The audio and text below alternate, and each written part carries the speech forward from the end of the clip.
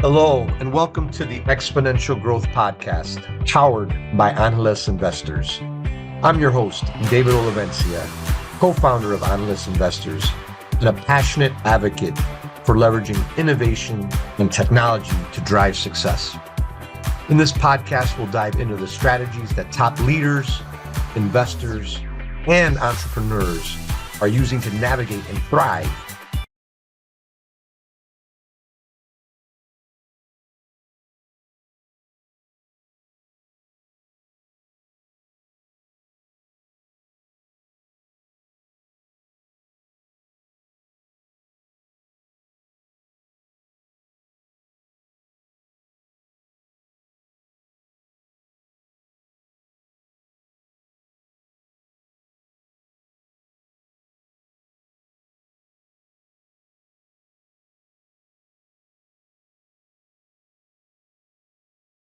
All right, everyone. Well, hey, welcome to another edition of the Exponential Growth Podcast. Today, we have an amazing guest, somebody I've known about 10 years or so. We worked together at Accenture, amazing technology strategy consulting company doing transformational change for a lot of organizations, and got to know each other as we worked in the Chicago office. We were both managing directors there in leadership roles. And an amazing career in leadership, amazing career in strategy, management consulting, and is now doing some really cool stuff that I'm not going to spoil it right now. But welcome to the podcast, Tracey Seward. David, thank you so much. I'm so excited to be here. All right. Well, great. Well, hey, so a lot of amazing things. It's amazing. You open up the paper, you look on the web, and there's all kinds of stuff that are just continuing daily to, come out there that's new, that has exponential growth. Before we jump in there, I always like to let our audience know you have an amazing background, amazing story. Would love you to tell that story about Tracey to our audience out there. I think what's fun is you may not even know some of this that I'm going to share with you as well too. And as I thought about the narrative, it's also something that I haven't talked about publicly, David, when I introduced myself to people. And I come and I know you. So this is like breaking news then? It is. It's actually, the more that I think about it, in this next chapter of where I'm at and my professional work, and we'll talk about that as well too, is it's core, which is why I need to mention it. But I also grew up in small town Indiana. I know you also live in Indiana. I live in just the city of Chicago now, and I've been here back here probably about 18 years. I do consider myself a city girl. But where I grew up and how I grew up, I really feel like is the core of who I am. I don't think I appreciated that as much as I do today through the 20 plus years that I worked at Accenture, to be honest. And I think, the family upbringing for me, very humble, I would say modest as well as too, but 6 generations today of a family business. So that's right. I remember you mentioned that. Yeah.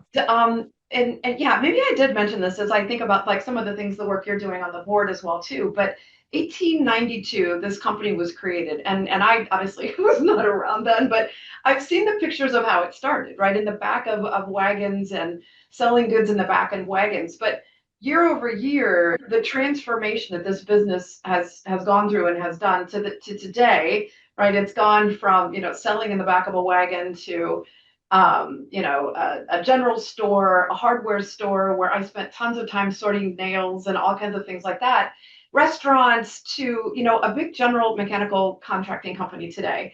And so cool though, because when I take a step back and I think about and do this reflection with myself, I saw constant transformation every single year of my life. Now, granted, I was in the trenches, except for maybe not in the field with the electricians or whatever, but I visited all those job sites and I saw a lot of that. But to evolve and to survive, it was transformational. It had to be.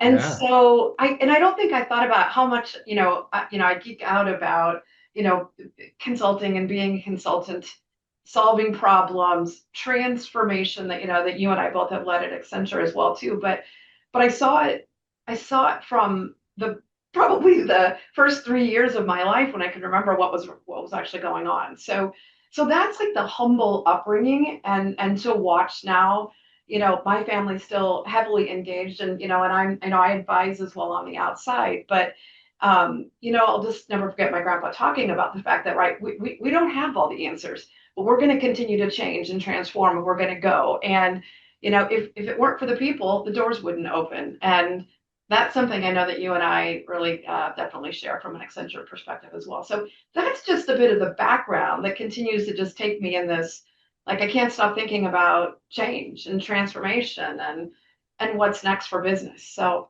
yeah. So you did, and so 20 years at Accenture, you said? Little over 20 years, by the way. Yeah. Two Okay. times, two times. So in 2 times. theory, Yeah, me too. Me too. I had really, two stints as well. Yeah. yeah. So in theory, like the length of it is three decades, actually 30 years. So I also left the beginning of the early career. So you and I both, I don't know, not today either one of us, but 30 years almost. But I did leave after a couple of years, created a small consulting firm, but that whole 5 years I was away was working with Anderson Consulting. So and then I came back and spent a lot of time also in an entrepreneurial phase, I would say, at Accenture, but always in a looking at transformation and always working on the what was next, not only for Accenture but for our clients. Always, right? It's always that's the one thing I admire about Accenture, just always trying to look 10 years, 15 years out, and then how do you best position your clients to change and be successful and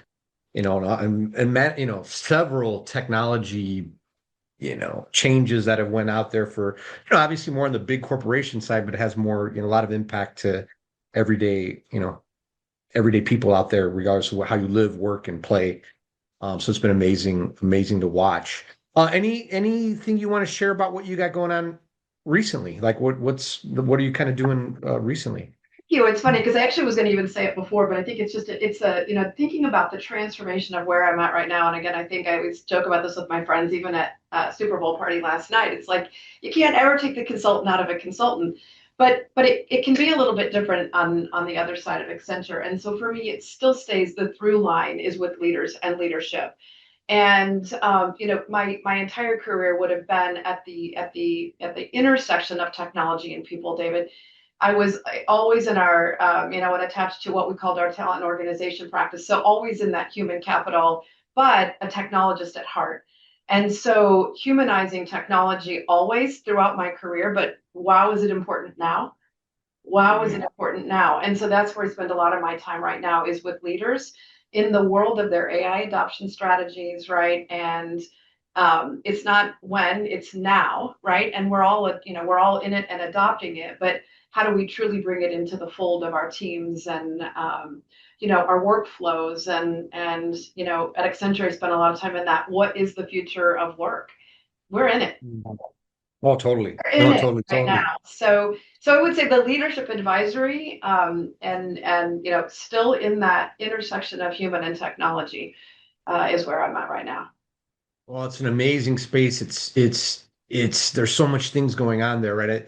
That I don't even know what the heck it's called anymore. I think it changed its name 3 times in the last 3 weeks. Claudebot and Lobsterbot and all this kind of stuff, right? Mold. I don't even know I can't remember what the latest name is. I can't keep up. But you have AI agents and you have org charts you have org charts that now have humans and agents and all this kind of and agents interacting with agents autonomously, to do work and execute work. So that's kind of like one trend that I'm seeing in kind of that intersection of the space that you have, but would love your thoughts. And again, this is like the podcast, like you have a unique lens. And by the way, too, I'm very involved with a company that has 8 generations, right? And they pivoted and they've Right. had to That's move okay. their I did have that trans. conversation. Yeah. Yeah, Yeah. and so and very call it traditional businesses, printing and media, and now it's a little bit more technical, but that whole transformation, and it's all people. I mean, it is people and change, right? You can't, and to be successful, you got to kind of navigate that. So the trends, right? I chatted on this like Yeah. AI agents, but what trends are you seeing that you can kind of get our listeners are college students to CEOs to board members, so it's a very diverse group of listeners there. Yeah, so it's interesting. Before I even jump in, and it may even take me to a couple of the thoughts on trends here as well too. Trends I love. I mean, our Accenture always had a great set of trends as well too. But I go to Yeah. World Economic Forum virtually every single year, and there's always something interesting in there as well too. Before I lose that thought, though, it was last year when Mark Benioff from Salesforce ultimately said, "This is last year. This is the last generation of the C-suite that will be managing a human-only workforce." So that stuck. That really stuck with me. Yeah. And so, I mean, I think that's something, and you already said it, right? We're already starting to design, work flows and roles and responsibilities and org charts with an AI agent or our AI teammate. Some people don't like to say that word necessarily, but in that flow already. And I think though, from a trend perspective, right, AI is here, and it is really here. And I think, frankly, it's been here for decades, but it is here in a very different way, where it is pervasive in our flow of work, which also is, I think, super exciting. I think also interesting as well too. I think AI trend for me, number one, AI as a decision amplifier. AI as a Okay. decision amplifier. I think, again, pervasive in the flow of work. We're all using it. Everyone out there is using it probably in some capacity, even if it's to say, which movie should I go see tonight? I've got, all these ingredients in my refrigerator. What's dinner going to look like tonight? Cook me up a recipe, right? So we're using it, and we're using it for decision making. So I think it's exciting. It's pervasive. It's with us right now, but it's also, I believe, incredibly risky, incredibly risky. And so I'm always the girl, glasses half full. So maybe I'll start there, because I think the human judgment part of this is what we can and will not lose. It does not have the human judgment. And so, but again, when human judgment in creating these decisions is on and spot on, great, awesome. If judgment is non-existent in this decision making, if the human isn't in this decision making, that is not a positive thing. Therein, in my opinion, comes the creating the conditions, right? And so, as an amplifier, right, the leaders here today, that are listening to this, I'm certain you're already thinking about the conditions that we need to create and make, as we know that this is out there, even if it's setting up, your responsible use case right now, that you know that your teammates are all using AI in some capacity, but is there a use case in place? Right. So the amplifier, in my opinion, it's here, it's exciting, but there's also the things that we as leaders, I think, need to do, David, and be ready for. Yeah. That I hear a lot of leaders saying, my goodness, I know I need to do something with that. I haven't gotten that far yet, right? But Totally. but I need to. I would say number two, and then I'll pause, because these are the two that I talk about a lot as well too. And this one takes a bit of a throwback, possibly, to the world of 2020, when we were all foundationally almost at the same ground point, that you could imagine. That is collapse of distance. And those are my words. Those are, I mean, you can call it whatever you want to call it, but the distance now, I mean, you and I, not, we're having a podcast and we're talking, and we don't need to be in the same room. I haven't seen you. I don't know when the last time I've seen you was, but That is a great point. It's probably 6, 7 years. I don't, ish, right? Yeah. Wow, you're right. so of distance, right? And I'm not at all, talking about, don't go back to the office, don't be in person. I, of all people, need to be in person, in some capacity, and that's important to me as well. But it's here. And with AI already pervasively in workflow and the way that we work, and that, extra tool technology teammate is already also part of our flow. And so, just this collapse of distance, I think it just got, it got exponentially expedited in the 2020 window, right? But it also taught us a whole bunch of things about, right, how we can work, how we will work, what it looks like. And so for me, underneath that one, the importance is culture and trust from a leadership standpoint as well too. How do we continue, right, with each generation out there to connect, to teach, to learn, to network, to grow? those are things that we're going to have to be even more deliberate, where, I know that you and I used to, lead happy hours in Chicago on a Friday or whatever, Thursday, and we'd invite all of, the entire practice in and do you have to do that anymore? Not necessarily. Do we still need that in some capacity? Perhaps, but this collapse of distance, it's here forever. Yeah. And Yeah. Yeah. And it's the way, and it's also like it collapsed and it rapidly and globally, right? So that, and it's and then there's also like processes and systems that are still trying like catch up and say, well, why yeah, do we need to do that like call it the more logistical, bureaucratic things.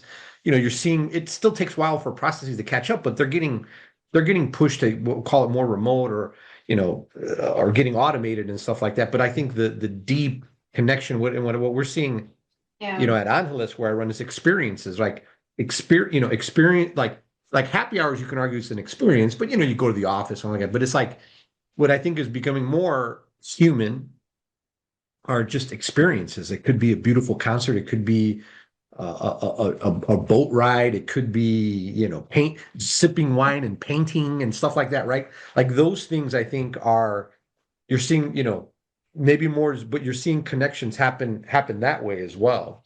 yeah. I love just to put a little thing in there. I didn't mention this at the beginning, but the word experience it probably is in one of my top adventure and experience, probably in the top values for me as well too. But I've also I've been leading a number of outdoor experiences as well, David, Oh, as part of this cool. this leadership advisory that I'm doing. And Anything cool? I yeah, mean, I've seen well, some, heard some really there's a cool, any lot. cool ones you want to share? Because maybe we can, maybe we'll spin one off coming out of this call.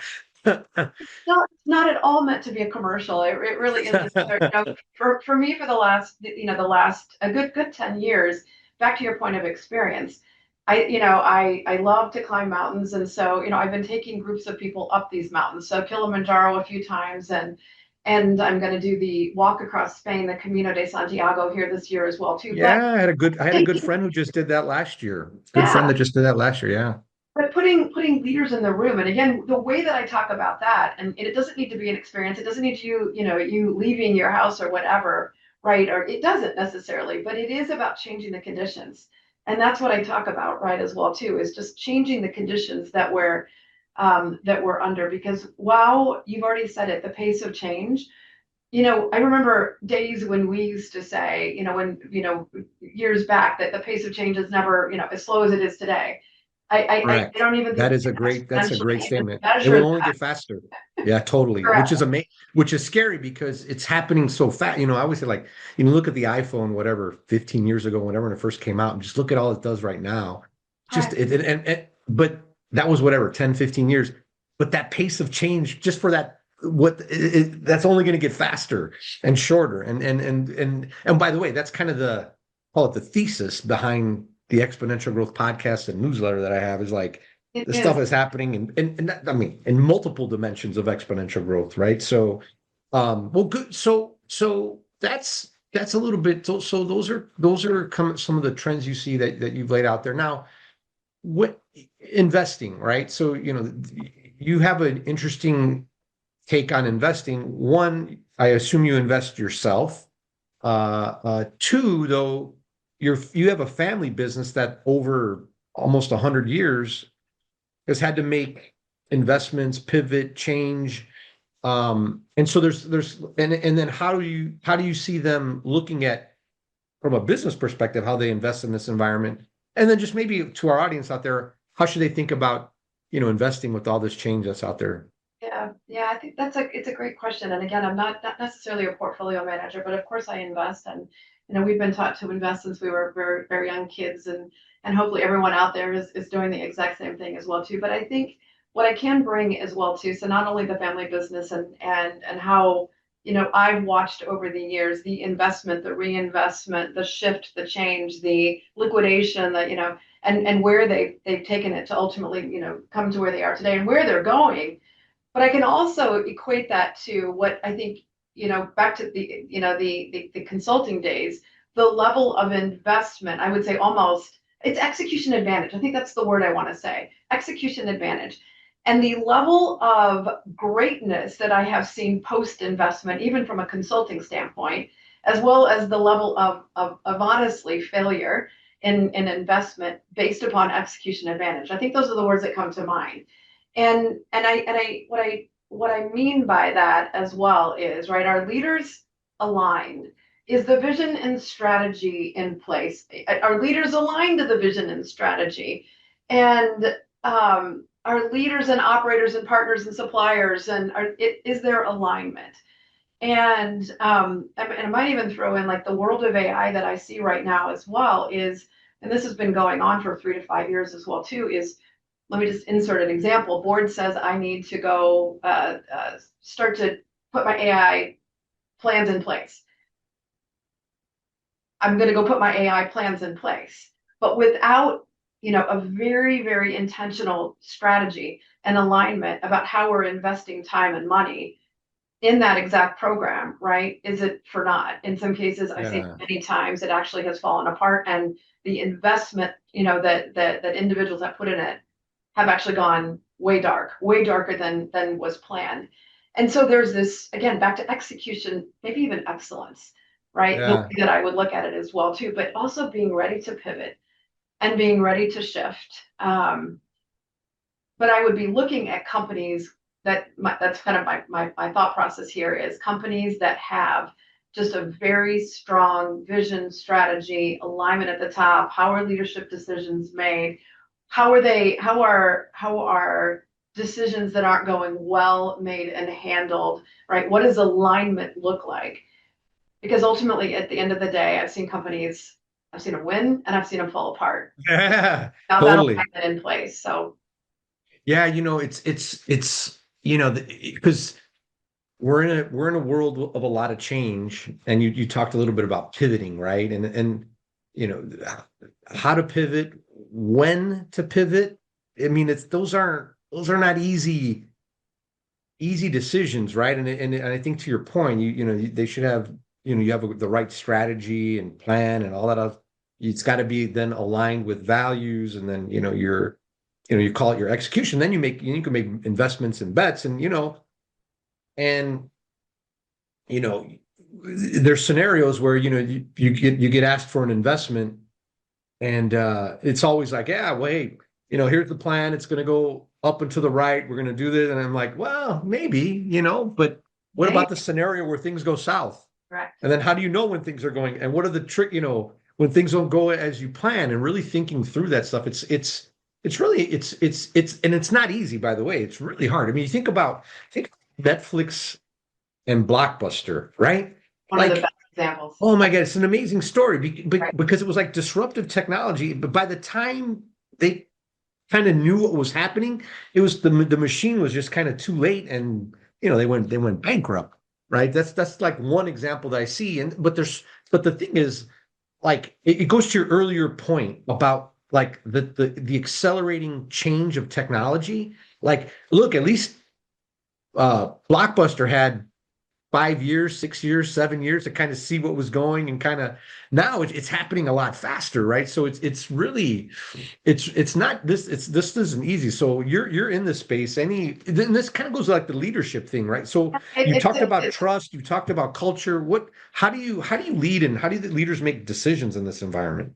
I think there's a couple of things that come to mind, and the word that keeps coming to mind as you're talking. Even Netflix is such a great case that we've been using for as long been Blockbuster as long as it went down, right? I mean, it's just been talking about it.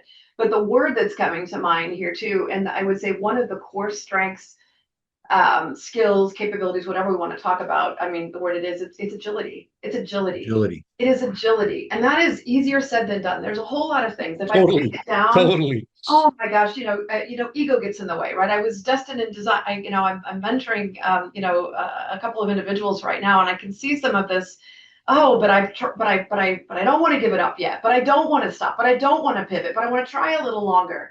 To what cost and to what end, right? And so it can feel that resistance. And when you start digging in underneath of that, there is a lot of things in play. There may even be some ego in play. There may be, a level of, investors or board basically, maybe it's perceived, maybe it's real, maybe it's not.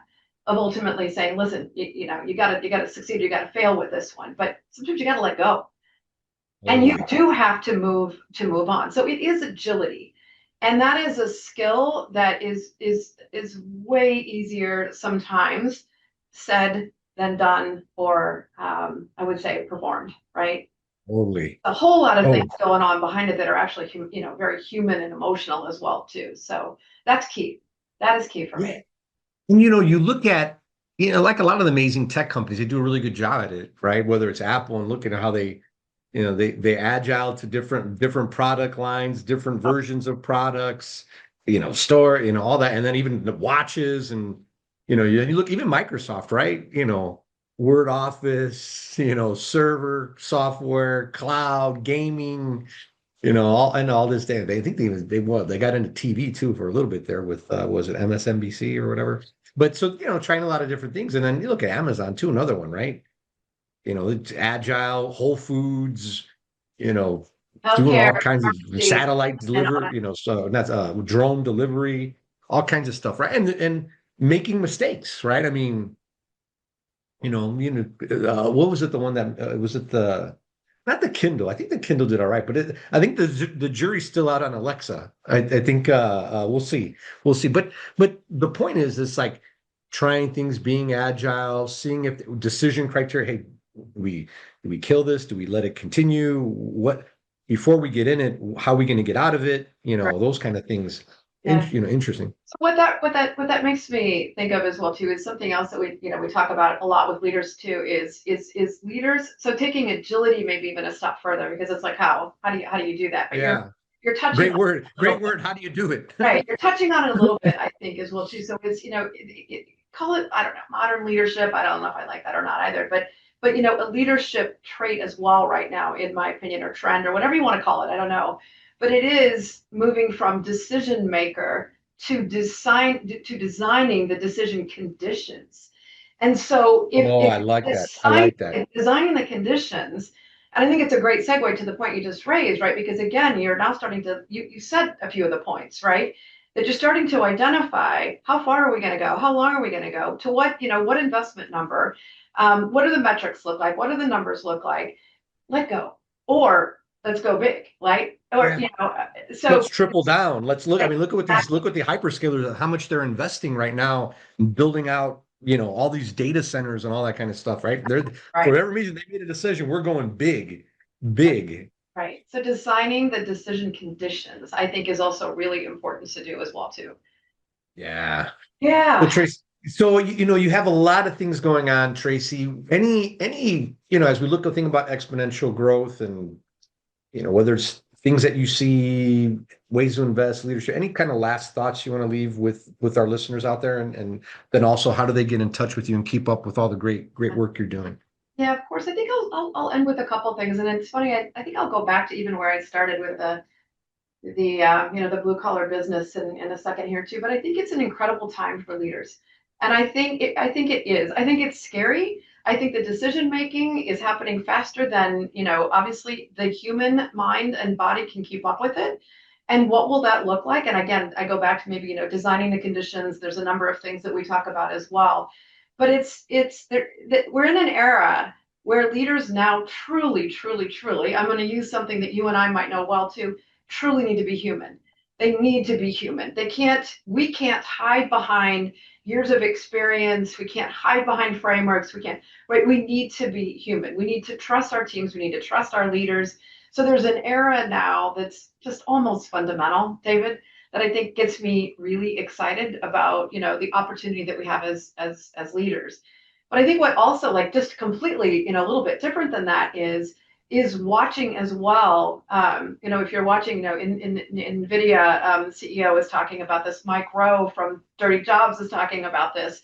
But the uprise of the blue collar, the trade skilled, the need for those jobs are Totally. incredibly, incredibly important going forward. And I mean, that's again back to building infrastructure that you talked about as well too. So to me, there's a personal, of course, excitement about that. But I think it not only is about, these trade workers and more of these trade workers that are going to have incredible opportunity, but there's going to be a modern trade worker aspect of this as well too. So I get to watch like the generation of these trade workers who are saying, listen, I'm growing up in an AI world, and I need to understand how I'm going to be using AI in the field to do what I do, or and I could talk about that at length as well too. So that's an exciting time, I think, for another whole era of trade and jobs. So there's a lot more that I get excited about. I get excited about, I love to have conversations like this. So I'm grateful for the opportunity, and anyone can get in touch with me. Of course, I'm on LinkedIn and quite active on LinkedIn, and also at TraceySeward.com. It's really simple. Tracy, also, yeah, follow that. Tracey Seward on LinkedIn, a lot of great stuff. And, Tracy, look, it's an honor to get you on the podcast, hear your perspectives. And, look, we'll have you back on because the stuff is happening fast. And that is probably call it human technology is like just a vital component. So you're very busy. It's an honor to have you on the podcast. Thanks for jumping on. We'll be in touch. Thank you so much, David.